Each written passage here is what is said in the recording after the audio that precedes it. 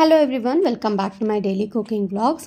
ಇವತ್ತಿನ ವಿಡಿಯೋದಲ್ಲಿ ನಾನು ಇಂಡಸ್ ವ್ಯಾಲಿ ಅವ್ರದ ಸ್ಟೀಲ್ ವೋಕ್ನ ಯೂಸ್ ಮಾಡಿಕೊಂಡು ಒಂದು ಚೈನೀಸ್ ರೆಸಿಪಿಯನ್ನು ಹೇಳ್ಕೊಡ್ತಾ ಇದ್ದೀನಿ. ಯೂಶ್ವಲಿ ವೋಕ್ ಅಂತ ಅಂದರೆ ಚೈನೀಸ್ ರೆಸಿಪಿ, ಫ್ರೈಡ್ ರೈಸ್ ಆಗಿರ್ಬೋದು ಅಥವಾ ಗೋಬಿ ಫ್ರೈಡ್ ರೈಸ್, ಅದಕ್ಕೆಲ್ಲ ತುಂಬಾ ಚೆನ್ನಾಗಿರುತ್ತೆ ಮಾಡಲಿಕ್ಕೆ. ಇಷ್ಟು ದಿನ ನಾವೆಲ್ಲ ನೋಡಿದ್ವಿ ಕಬ್ಬಿಣದಲ್ಲಿ ಬರ್ತಾಯಿತ್ತು, ಇವಾಗ ಒಳ್ಳೆ ಕ್ವಾಲಿಟಿ ಸ್ಟೀಲ್ನಲ್ಲೂ ಸಹ ಅವೈಲಬಲ್ ಇದೆ. ಹಾಗೆ ಇತ್ತೀಚೆಗೆ ಎಲ್ಲ ಸ್ಟೀಲ್ ಮತ್ತು ಕಾಸ್ಟ್ ಐರನ್ನ ಯೂಸ್ ಮಾಡಬೇಕು. ಸೊ ಇದ್ರ ಪರ್ಚೇಸ್ ಲಿಂಕ್ನ ನಾನು ಡಿಸ್ಕ್ರಿಪ್ಷನ್ ಬಾಕ್ಸ್ನಲ್ಲಿ ಹಾಕಿರ್ತೀನಿ. ಹಾಗೆಯೇ ಕಾವ್ಯ 22 ಅನ್ನೋ ಕೋಡ್ ಸಹ ಯೂಸ್ ಮಾಡಿ ಎಕ್ಸ್ಟ್ರಾ ನಿಮಗೆ ಡಿಸ್ಕೌಂಟ್ ಸಹ ಅವೈಲಬಲ್ ಇದೆ. ಸೊ ಇದನ್ನು ಯೂಸ್ ಮಾಡಿಕೊಂಡು ನಾನಿವತ್ತು ಮೊದಲೇ ಹೇಳಿದ್ದೆ ಒಂದು ಚೈನೀಸ್ ರೆಸಿಪಿಯನ್ನು ಹೇಳ್ಕೊಡ್ತಾ ಇದ್ದೀನಿ ಅಂತ. ನಾನಿವತ್ತು ಮಶ್ರೂಮ್ ಫ್ರೈಡ್ ರೈಸ್ ಮಾಡ್ತಾ ಇದ್ದೀನಿ.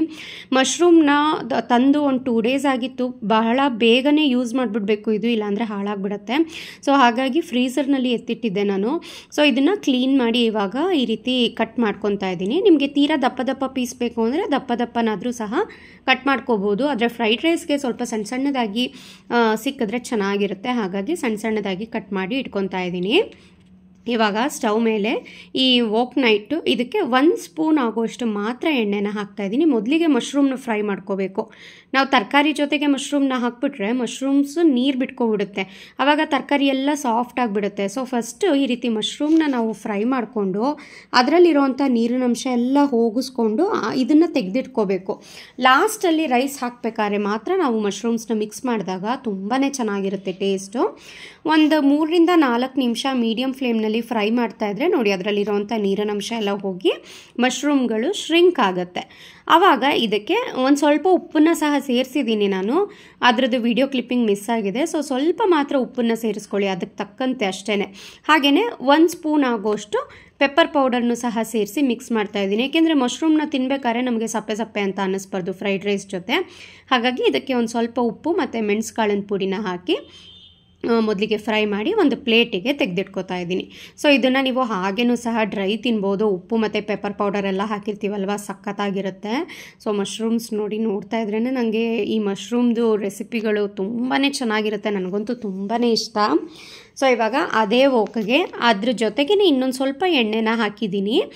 ಇದಕ್ಕೆ 2 ಗೆಡ್ಡೆ ಬೆಳ್ಳುಳ್ಳಿ ಸಿಪ್ಪೆ ತೆಗೆದು ಸಣ್ಣದಾಗಿ ಕಟ್ ಮಾಡಿ ಇಟ್ಕೊಂಡಿದ್ದೆ. ಬೆಳ್ಳುಳ್ಳಿನ ಮೊದಲಿಗೆ ಫ್ರೈ ಮಾಡಬೇಕು.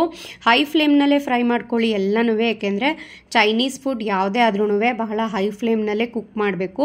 ಆಮೇಲೆ ತುಂಬ ಓವರ್ ಕುಕ್ ಮಾಡಬಾರ್ದು. ಇದಕ್ಕೆ ಸ್ವಲ್ಪ ಕ್ರಂಚಿ ಆಗಿರಬೇಕು ವೆಜಿಟೇಬಲ್ಸ್ ಎಲ್ಲ, ಆವಾಗಲೇ ಟೇಸ್ಟ್ ಸಿಗೋದು ನಮಗೆ. ಬೆಳ್ಳುಳ್ಳಿ ಸ್ವಲ್ಪ ಘಮ ಬರ್ತಿದ್ದ ಹಾಗೆಯೇ 2 ಹಸಿಮೆಣಸಿನ್ಕಾಯಿನ ಸ್ಲಿಟ್ ಮಾಡಿ ಸೇರಿಸಿದ್ದೀನಿ. ಒಂದು ಅರ್ಧ ಕ್ಯಾರೆಟು, ಒಂದು 4-5 ಬೀನ್ಸು ಮತ್ತು ಒಂದು 1/4 ಭಾಗ ಆಗೋಷ್ಟು ಮಾತ್ರ ಕ್ಯಾಬೇಜ್ನ ಸಣ್ಣದಾಗಿ ಕಟ್ ಮಾಡಿ ಸೇರಿಸಿದ್ದೀನಿ.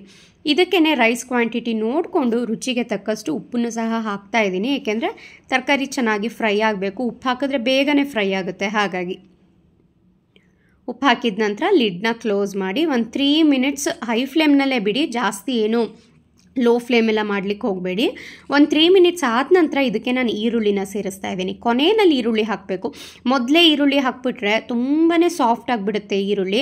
ಸೊ ತರಕಾರಿ ಎಲ್ಲ ಫ್ರೈ ಆದಮೇಲೆ ನಾವು ಈರುಳ್ಳಿ ಹಾಕಿದ್ರೆ ನಾವು ರೈಸ್ ಎಲ್ಲ ಮಿಕ್ಸ್ ಮಾಡ್ತಾ ಇರೋ ಅಷ್ಟರಲ್ಲಿ ಈರುಳ್ಳಿನೂ ಸ್ವಲ್ಪ ಸಾಫ್ಟ್ ಆಗಿರುತ್ತೆ ಅಷ್ಟೇ, ತುಂಬ ಸಾಫ್ಟ್ ಆಗಿರಲ್ಲ.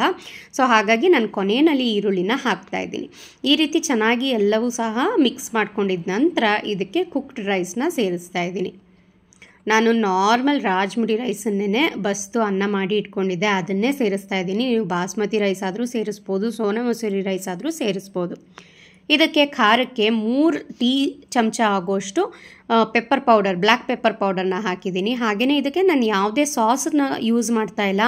ಅದ್ರ ಬದಲಾಗಿ ಫ್ರೈಡ್ ರೈಸ್ ಮಸಾಲ ಅಂತ ಸಿಗುತ್ತೆ, ಅದು 1 ಪ್ಯಾಕೆಟು 1 ಸಲಕ್ಕೆ ಯೂಸ್ ಮಾಡಬೇಕು. ಆದರೆ ನಾನು ಅದರಲ್ಲಿ ಒಂದು 1/4 ಭಾಗ ಆಗೋಷ್ಟು ಮಾತ್ರ ಹಾಕ್ತಾಯಿದ್ದೀನಿ. ಏಕೆಂದರೆ ನಾವು ಸ್ವಲ್ಪ ಇದರಲ್ಲಿ ಪೆಪ್ಪರ್ ಪೌಡರು ಮತ್ತು ಉಪ್ಪು ಎಲ್ಲ ಸೇರಿಸಿರ್ತೀವಿ. ತುಂಬ ಮಸಾಲೆ ಹಾಕ್ಬಿಟ್ರೂ ಉಪ್ಪೆಲ್ಲ ಜಾಸ್ತಿ ಆಗಿಬಿಡುತ್ತೆ. ಹಾಗಾಗಿ ಫುಲ್ ಹಾಕ್ಕೊಳ್ಳೋದೇನು ಬೇಡ. ಸೊ ಒಂದು 1/4 ಭಾಗ ಆಗೋಷ್ಟು ಸಾಕು. ಸಾಸ್ ಎಲ್ಲ ನಾವು ತಿನ್ನೋಕ್ಕೆ ಇಷ್ಟಪಡಲ್ಲ ಅಂತ ಅಂದವರು ಇದನ್ನು ಮಾಡ್ಕೊಳ್ಳಿ. ಇಲ್ಲಾಂದರೆ ನಮ್ಮ ಹತ್ರ ಆ ಪೌಡರ್ ಇಲ್ಲ ಅಂತ ಅಂದವರು ಒಂದು 1/4 ಚಮಚ ಆಗೋಷ್ಟು ಮಾತ್ರ ಡಾರ್ಕ್ ಸೋಯಾ ಸಾಸ್ನ ಹಾಕ್ಕೊಂಡು ಮಿಕ್ಸ್ ಮಾಡ್ಕೊಳ್ಳಿ.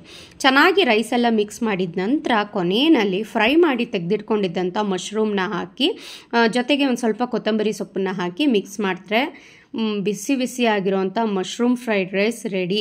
ರಾತ್ರಿ ಡಿನ್ನರ್ಗೆ ಮಾಡ್ತಾಯಿದ್ದೀನಿ ನಾನು. ಪರ್ಫೆಕ್ಟ್ ಆಗಿತ್ತು. ಮಳೆ ಬೇರೆ ಬರ್ತಾಯಿದೆ, ಸಖತ್ ಚಳಿ ಹಾಸನ.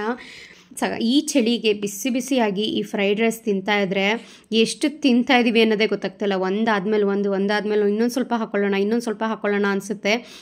ಯೂಶ್ವಲಿ ನೈಟ್ ಡಿನ್ನರ್ಗೆ ಸ್ವಲ್ಪ ಲೈಟಾಗಿ ತಿಂದರೆ ಚೆನ್ನಾಗಿರುತ್ತೆ. ಆದರೆ ಇಂಥ ಫುಡ್ಡೆಲ್ಲ ಮಾಡಿಕೊಂಡಾಗ ಜಾಸ್ತಿನೇ ತಿಂದ್ಬಿಡ್ತೀವಿ ಗೊತ್ತಾಗ್ದೇನೆ. ಬಟ್ ಇದರಲ್ಲೆಲ್ಲ ತರಕಾರಿ ಎಲ್ಲ ಹಾಕಿರ್ತೀವಿ ಅಲ್ವಾ. ಹಾಗೆಯೇ ಮಶ್ರೂಮಲ್ಲಿ ವಿಟಮಿನ್ ಬಿ ಮತ್ತು ಡಿ ಹೇರಳವಾಗಿರುತ್ತೆ. ಆವಾಗವಾಗ ನಾವು ತಿಂತಾ ಇದ್ದರೆ ಆರೋಗ್ಯಕ್ಕೂ ಸಹ ಒಳ್ಳೆಯದು. ತುಂಬ ಜನಕ್ಕೆ ಕನ್ಫ್ಯೂಷನ್ ಇದೆ, ಇದು ನಾನ್ ವೆಜ್ಜಾ ಅಂತ. ಮಶ್ರೂಮ್ ಬಂದು ಕಂಪ್ಲೀಟ್ಲಿ ವೆಜಿಟೇರಿಯನ್ಗೆ ಸೇರುತ್ತೆ, ಯಾಕೆಂದರೆ ಇದರಲ್ಲಿ ಯಾವುದೇ ರೀತಿಯ ಅನಿಮಲ್ ಟಿಶ್ಯೂ ಇರೋದಿಲ್ಲ. ಪ್ಲಾಂಟ್ ಬೇಸ್ಡ್ ಆಗಿರೋದ್ರಿಂದ ಇದು ವೆಜಿಟೇರಿಯನ್ಸ್ಗೆ ಸೇರುತ್ತೆ, ಆರಾಮಾಗಿ ತಿನ್ಬೋದು. ಅಭ್ಯಾಸ ಇಲ್ಲದೆ ಇದ್ದವರು, ಫಸ್ಟಿಂದ ಅಭ್ಯಾಸ ಇಲ್ಲದೆ ಇದ್ದವರು ಓಕೆ, ಬಟ್ ಇವಾಗ ತುಂಬಾ ಚೆನ್ನಾಗೂ ಸಹ ರೆಸಿಪೀಸ್ ಮಾಡ್ಬೋದು ಇದರಲ್ಲಿ. ಸೊ ಟ್ರೈ ಮಾಡಿ ನೋಡಿ, ಎಲ್ಲರಿಗೂ ಸಹ ಇಷ್ಟ ಆಗುತ್ತೆ. ಸೊ ಇವತ್ತಿನ ರೆಸಿಪಿ ನೀವೇನಾದರೂ ಟ್ರೈ ಮಾಡಿದರೆ ನನಗೆ ಕಮೆಂಟ್ ಮಾಡಿ ತಿಳಿಸಿ ಹೇಗೆ ಬಂತು ಅಂತ. ಇದೇ ರೀತಿ ಮಶ್ರೂಮ್ ಅಷ್ಟೇ ಅಲ್ಲ, ಪನ್ನೀರ್ ಫ್ರೈಡ್ ರೈಸ್ ಮಾಡ್ಬೋದು, ತುಂಬಾ ಚೆನ್ನಾಗಿರುತ್ತೆ. ಸ್ವೀಟ್ ಕಾರ್ನ್ ಫ್ರೈಡ್ ರೈಸ್ ಮಾಡ್ಬೋದು, ಸಖತ್ತಾಗಿರುತ್ತೆ. ಸೊ ಫ್ರೈಡ್ ರೈಸಲ್ಲೂ ಅಷ್ಟೇ ಚಿತ್ರಾನ್ನದ ಥರ ವೆರೈಟೀಸ್ ಆಫ್ ಫ್ರೈಡ್ ರೈಸ್ ಇರುತ್ತೆ. ನೀವು ಯಾವ್ಯಾವ ರೀತಿ ಫ್ರೈಡ್ ರೈಸ್ ರೆಸಿಪೀಸ್ನ ಮಾಡ್ತೀರಾ ನನಗೆ ಕಮೆಂಟ್ ಮಾಡಿ ತಿಳಿಸಿ. ನಾನು ಸಿಗ್ತೀನಿ ಮತ್ತೆ ನೆಕ್ಸ್ಟ್ ವಿಡಿಯೋದಲ್ಲಿ ಹೊಸ ರೆಸಿಪಿ ಜೊತೆಗೆ. ಅಲ್ಲಿವರೆಗೆ ಟೇಕ್ ಕೇರ್.